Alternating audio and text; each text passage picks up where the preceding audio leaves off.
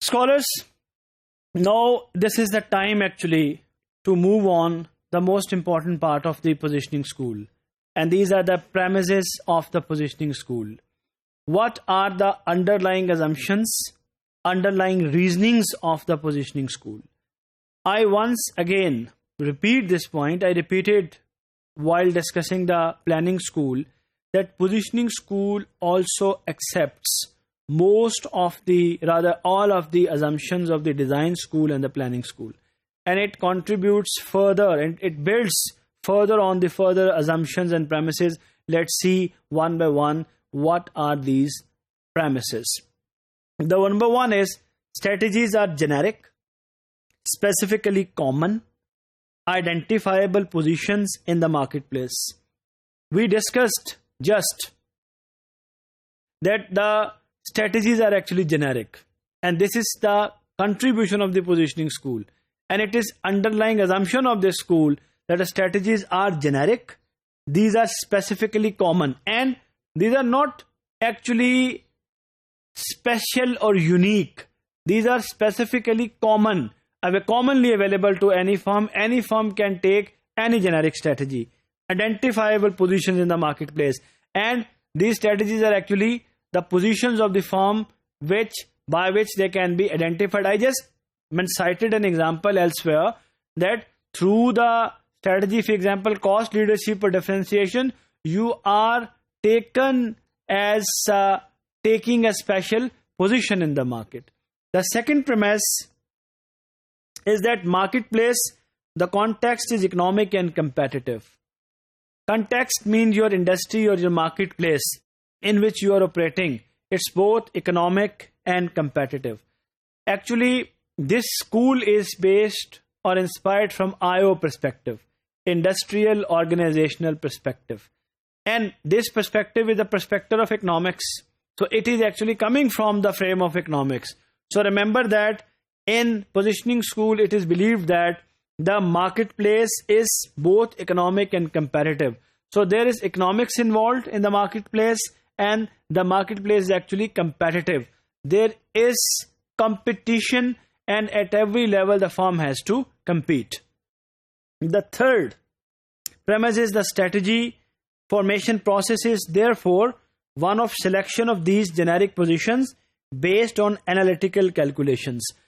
This premise guides us about the two things: analytical calculations and the selection of a generic strategy. If you remember in the 5 forces model, what did we do? Through the 5 forces model, we analyzed the marketplace. And through this analysis, we got some results, some figures about the industry. And these figures actually provide guidance to a firm, to an organization, that where there is a benefit, whether there is a benefit taking position as a cost leader or there is a benefit taking a position as a differentiator. So a premise is that in the one part, marketplace is analyzed. In the second part, about among the generic strategies, one strategy is taken as a position. The fourth is analysts play a major role in the process, feeding the results of their calculations to managers who officially control the choices. Here actually about the structure of strategy process under the positioning school is that there are two players mainly. The analysts, whose role is to analyze the marketplace by using the 5 forces model, and there are the managers. Analysts feed the managers with their analysis, and the managers then under the light of the analysis choose a generic strategy and put it to practice. The fifth one is the strategies thus come out from this process full blown. So it means that even in the process under the positioning school, strategies are coming as full blown and are then articulated and implemented. In effect, market structure drives deliberate positional strategies that drive generalization structure. Means see that it's important. Once again I read, strategies thus come out from this process full blown and are then articulated and implemented. In effect, market structure drives deliberate positional strategies that derive organizational structure.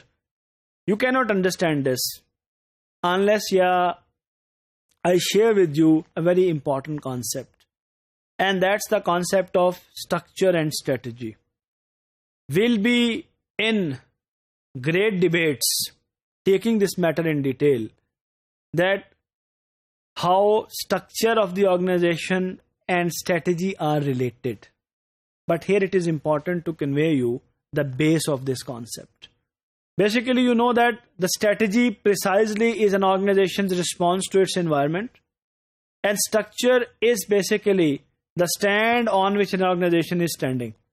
And this is how an organization is working. Its hierarchy or its processes and its different authorities are connected, and this is what the structure is.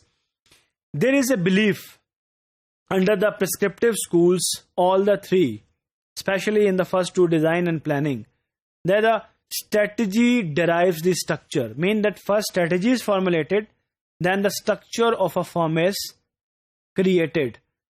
The same belief is kept in the positioning school, but with a variation. The positioning school introduces a new structure, and that is the structure of the industry. We discussed in the 5 forces model that there is a structure of the industry. The 5 forces actually are the structure of the industry.